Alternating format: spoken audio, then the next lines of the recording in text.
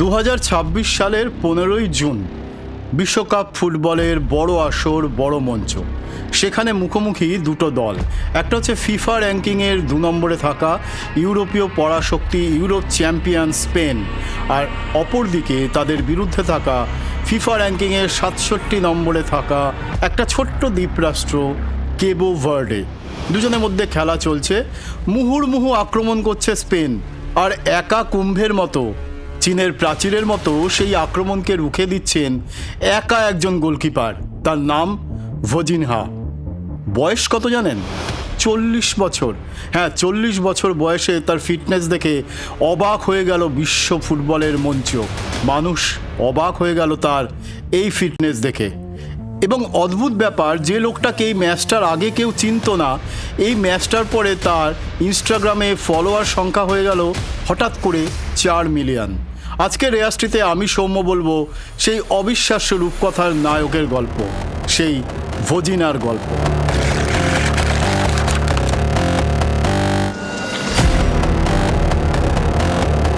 ভজিনার আসল নামটা কিন্তু ভজিনা নয়, তার আসল নাম হলো জোসিমা জোসে ইভারো দিয়াস। 1986 সালের 3রা জুন কেবো ভার্ডের মিন্দেলো শহরে তার জন্ম। বাবা কাজ করতেন মিলিটারি সার্ভিসে, আর মা সংসার চালানোর জন্য নানান রকম কাজ করতেন। বাবা মা ব্যস্ত থাকার কারণে ভজিনহা অর্থাৎ জেসিমো ছোটবেলা থেকে মানুষ হন তার ঠাকুরদা ঠাকুমার কাছে।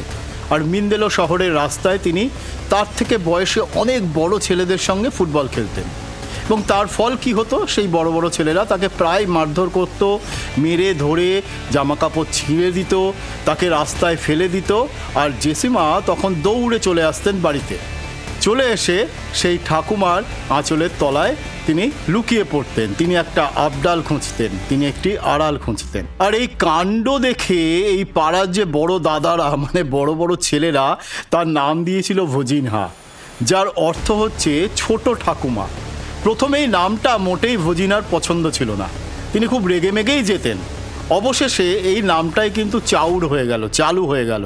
অর্থাৎ তাকে আজ বিশ্ব ফুটবলের মঞ্চ কিন্তু ভজিনা নামেই চেনে। পরবর্তীতে এই জোসিমা যখন অ্যাঙ্গোলার একটি ক্লাবে খেলতে যান, তখন ঘটল এক মহা মুশকিল। তার নামের একই নামে অর্থাৎ জোসিমা নামেরই আরেক ফুটবলার সেখানে ছিলেন। তখন ভজিনা করলেন কি, তার জার্সির পেছনে লিখে দিলেন ভজিনহা। যে নামটা একসময় তিনি মোটেই পছন্দ করতেন না, সেটাই তখন হয়ে গেল তার পরিচয়। আর সেটা করলেন তিনি একেবারে নিজেই। এই যে আমরা এত ভজিনা করছি, কিন্তু ভজিনার ফুটবলের জীবনটা কিন্তু খুব স্বাভাবিকভাবে শুরু হয়নি।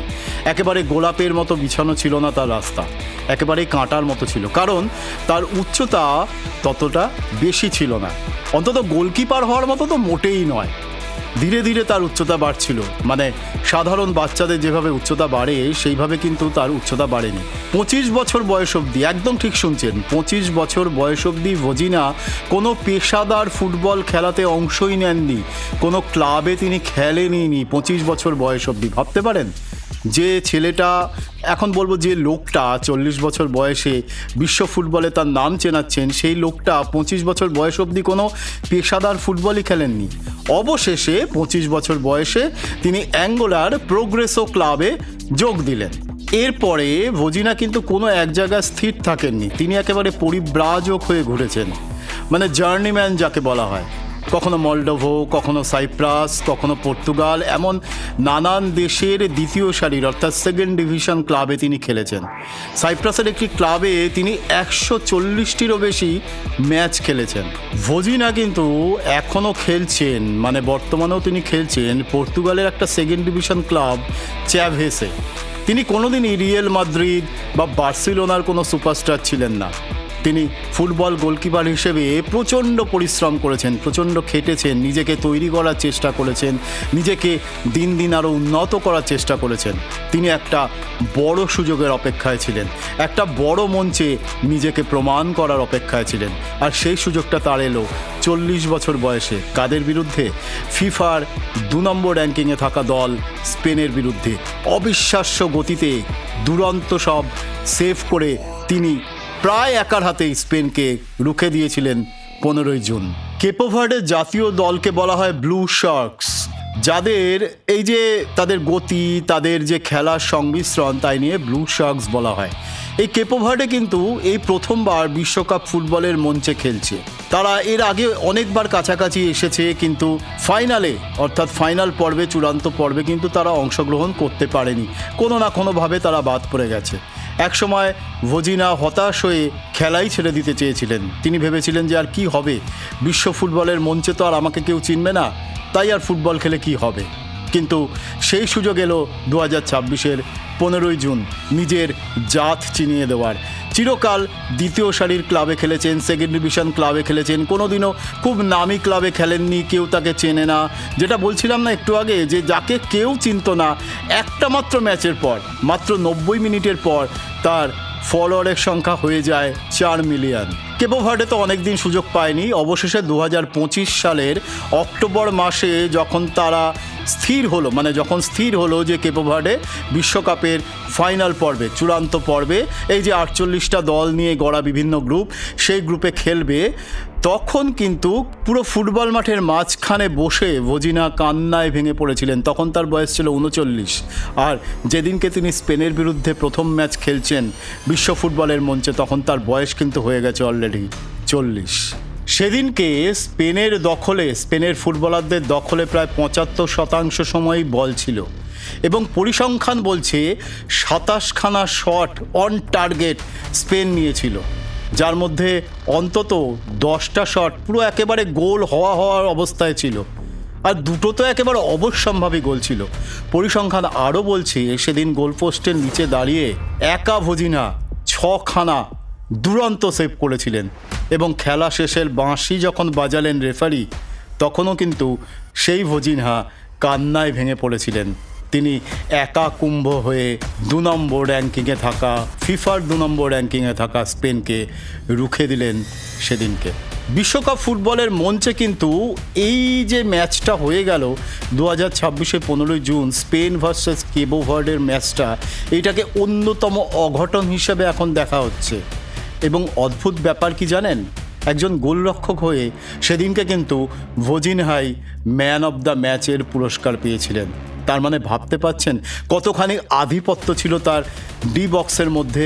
ফুটবলের যে গোলকিপারের বক্স, যেটুকু তার আয়ত্তাধীন, সেই বক্সের মধ্যে তিনি একাই কিন্তু লড়ে যাচ্ছিলেন স্পেনের ওই মুহুর্মুহু আক্রমণের বিরুদ্ধে। রেয়াস্ট্রিতে আমি সৌম্য আছি আপনাদের সঙ্গে, আর আজকে গল্প হচ্ছে কেপো ভার্ডের গোলকিপার ভোজিনহাকে নিয়ে। ম্যাচ তো শেষ হলো। ম্যাচের পর ভোজিনহা যখন হাউ হাউ করে কাঁদছেন, তখন সাংবাদিকরা এই ম্যান অফ দ্য ম্যাচকে জিজ্ঞাসা করলেন যে আপনি কাঁদছেন কেন? তখন ভোজিনহা বললেন, যাদের কাছে আমি মানুষ হয়েছি ছোটোবেলা থেকে, সেই ঠাকুরদা ঠাকুমা, তারা আজকে বেঁচে নেই। তারা আজকে আমার এই পারফরমেন্স দেখতে পেল না। এমনকি আমার মাও টাকা জোগাড় করতে পারেনি বলে আজকে বিশ্বকাপ ফুটবলের মঞ্চে আসতে পারেনি। সুদূরে একটা দ্বীপ রাষ্ট্রের টিভির পর্দায় তার মা চোখ রেখে ছেলের এই অসাধারণ পারফরমেন্স দেখে কেঁদে ফেলছিলেন, কাঁদছিলেন সেদিনকে ভোজিনহাও। যেটা আগেই বলছিলাম না, যে ইনস্টাগ্রামের ফলোয়ারের সংখ্যার কথা, যেটা ভোজিনার খুব কম ছিল, বোধহয় 20-22 হাজার এরকম ছিল, সেইটাই ম্যাচটার পরে 4 মিলিয়ন পর্যন্ত পৌঁছে যায়। সেদিনকে এই খেলাটা লাইভ স্ট্রিমিং করছিল ব্রাজিলের একটি কোম্পানি কাজা টিভি, এবং তারাও ভোজিনার এই অসাধারণ পারফরমেন্স দেখে লাইভ টিভি সম্প্রচার করার সময় তারাও দর্শকদের কাছে অনুরোধ করেন যে ভোজিনাকে আরও বেশি বেশি করে ফলো করতে। এই যে অবিশ্বাস্য এক রূপকথার জন্ম দিচ্ছে একজন 40 বছর বয়সী গোলরক্ষক, সেটা কিন্তু স্বপ্নেও ভাবতে পারেনি কেউই, না স্পেনের প্লেয়াররা, না সেদিনকে দর্শকেরা, না বিশ্ব ফুটবলের যে দর্শক তারা, এমনকি ফিফার কর্মকর্তারাও কেউই ভাবতে পারেনি যে আজকে জন্ম নেবে এক রূপকথার নায়ক। শুধু কিন্তু ফলোয়ার নয়, তিনি একটি রেকর্ডও করে ফেলেছেন। সেটা হচ্ছে বিশ্বকাপের ইতিহাসে সবথেকে বয়স্ক গোলরক্ষক হিসাবে ক্লিন শিট রাখার রেকর্ড। এর আগে রেকর্ড ছিল ইংল্যান্ডের পিটার শিলটন এবং ইটালির ডিনো জফের। তারপরেই ভোজিনা নাম লিখিয়ে ফেললেন সেই ইতিহাসে, সেই রেকর্ড বইতে, বিশ্বের ফুটবলের ইতিহাসে সবথেকে বয়স্ক গোলরক্ষক হিসাবে ক্লিন শিট থাকার। একটা অদ্ভুত ব্যাপার কি জানেন, 2026 সাল, এই যে 2026 সাল, এটা হলো কেপো ভার্ডের 50তম স্বাধীনতার বর্ষ। আর সেই 50তম স্বাধীনতার বর্ষে ফিফার ওয়ার্ল্ড র্যাঙ্কিংয়ে 2 নম্বর দেশ স্পেনকে একার হাতে ঠেকিয়ে দিয়ে তিনি দেশকে যা উপহার দিলেন ভোজিনহা, তার মতো গর্বের মুহূর্ত আর কি আছে? ভজিনা কিন্তু এটা প্রমাণ করে দিলেন যে উপহাস করলে, লাঞ্ছনা করলে, অপমান করলে, অবজ্ঞা করলেও সেখান থেকে ফিরে আসা যায়। এভাবেও ফিরে আসা যায়, এবং কোথায়? বিশ্ব ফুটবলের মঞ্চে। রেয়াস্ট্রি চ্যানেলে এতক্ষণ আমি সৌম্য ছিলাম আপনাদের সঙ্গে। আজকে গল্প বলছিলাম এক রূপকথার নায়কের, কেবো ভার্ডের 40 বছর বয়সী গোলকিপার ভজিনার গল্প বললাম আপনাদের। কেমন লাগলো ভজিনার গল্প? আর কেমনই বা লাগছে রেয়াস্ট্রি চ্যানেলটা? কেমন লাগছে বিভিন্ন মানুষের গল্প শুনতে, লড়াইয়ের গল্প শুনতে, মানুষের জীবনের অন্ধকার একটা দিকের গল্প শুনতে? অবশ্যই কিন্তু আমাদের কমেন্ট করে জানাবেন।